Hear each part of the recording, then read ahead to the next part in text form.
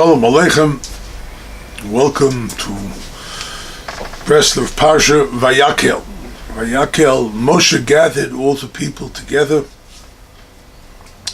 right? He taught them about Shabbos.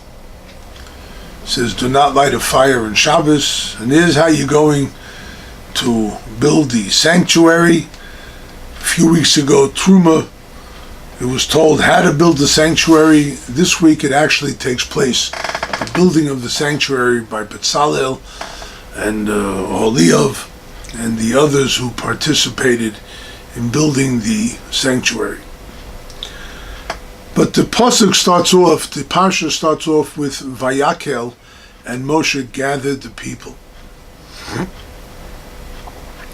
Gathered, brought them together.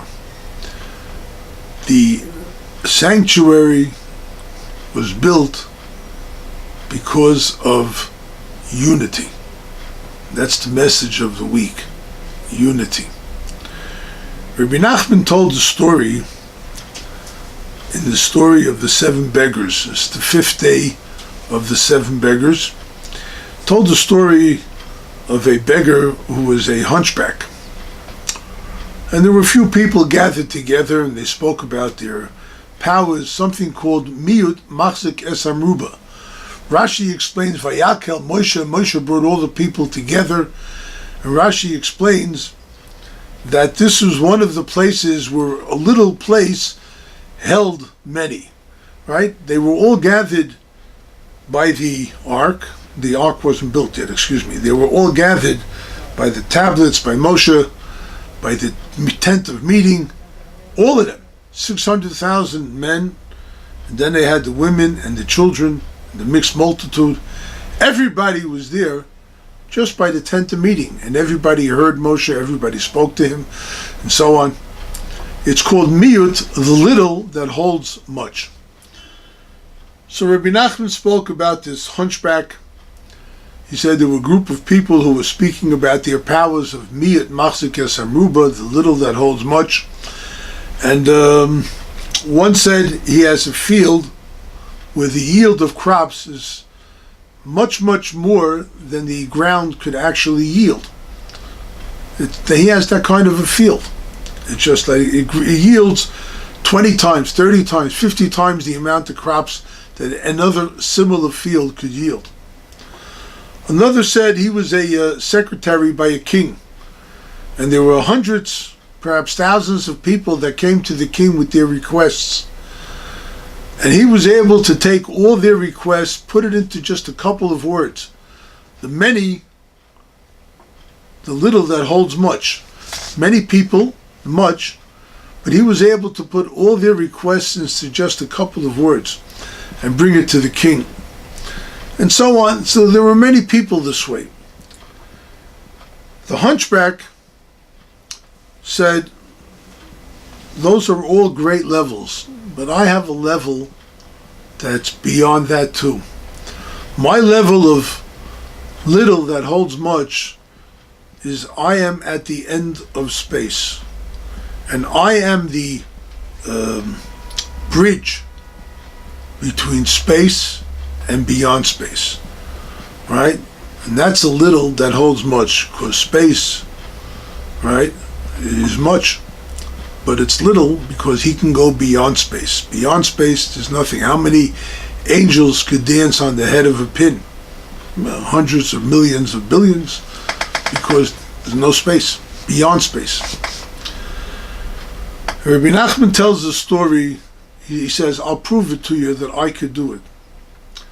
There was once a group of people that thought and wondered, is there such a tree that exists where every animal could find the shade that it seeks in that tree, under that tree, and every bird could find the branch that it wants to perch on? Is there such a tree that could hold everything together? And they found out there is such a tree. And they said, we're going to go. We're going to go to that tree. Let's go. But then an argument broke out. Is it to the north, to the south, to the east, to the west? And someone said, well, how are you going to get to the tree if you don't know where it is, right? Because north, south, where is it? Where is that tree? But you can't get to that tree unless you have the attributes of the tree. There are 3 roots to that tree. One is fear and awe of God. One is faith in God. And one is humility. These are the 3 roots of that tree. The trunk itself of the tree is truth. If you have these 4 attributes, you can get to the tree. If you don't, you can't get there. Well, all the people wanted to go to the tree, and they realized that with the argument they're not going to be able to get there because they don't all have the attributes of the tree. So they worked very hard. There was a lot of unity among these people, despite the fact that they disagreed on where it is.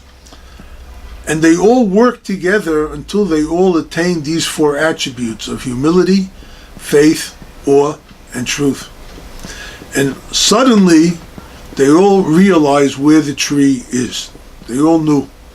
Because when you have unity, true unity, you all reach that same concept, so there's no argument.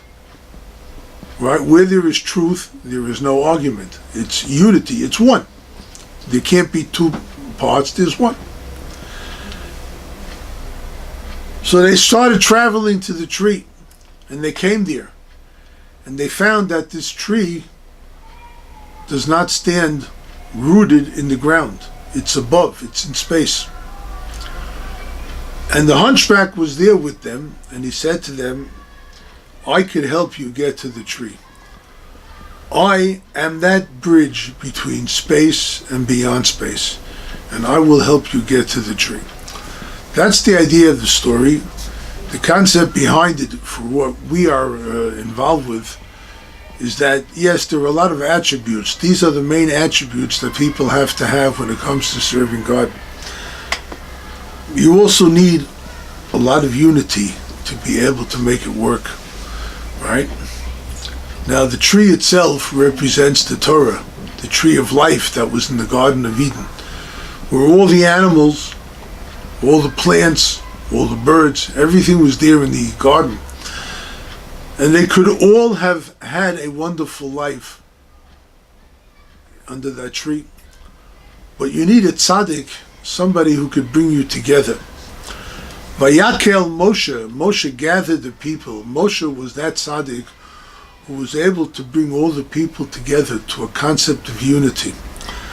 When you have unity, me and my friend, me and my wife, me and my children, me and my neighborhood and my shul, whatever, the more we spread the concept of unity, the more we're able to understand the benefits of faith, the benefits of awe and respect, of fear of God, the benefits of humility, not walking around arrogant or whatever, and of course the benefits of truth and honesty. Every day we say Shema Yisrael. In the conclusion of the Shema we say Hashem Elokeichem Emes. God is the God of truth. Right? We say that. So when we have that idea, when we realize that we want to say Shema Yisrael, but we say it because we want the truth and we want the unity with Hashem, then all that we need will be able to find that beautiful, wondrous tree where all the animals, the wolf and the lamb, the lion and the ox, right? 2 opposites, right? One is a predator, one is prey, and yet they all get together. And that's the way it will be when Mashiach comes. How can we make it happen? By acting with as much unity as possible, forgetting strife, passing over strife, and Be'ezah Hashem, with that we'll all fulfill the concept of Vayakhel Moshe, and we will merit to the unity that will be in the world, the great peace that Isaiah chapter 10, I think it is, right, chapter 11, right, that Isaiah speaks about, that wonderful, wondrous truth and peace that will reign when Mashiach comes. B'mheira b'yameinu. Amen.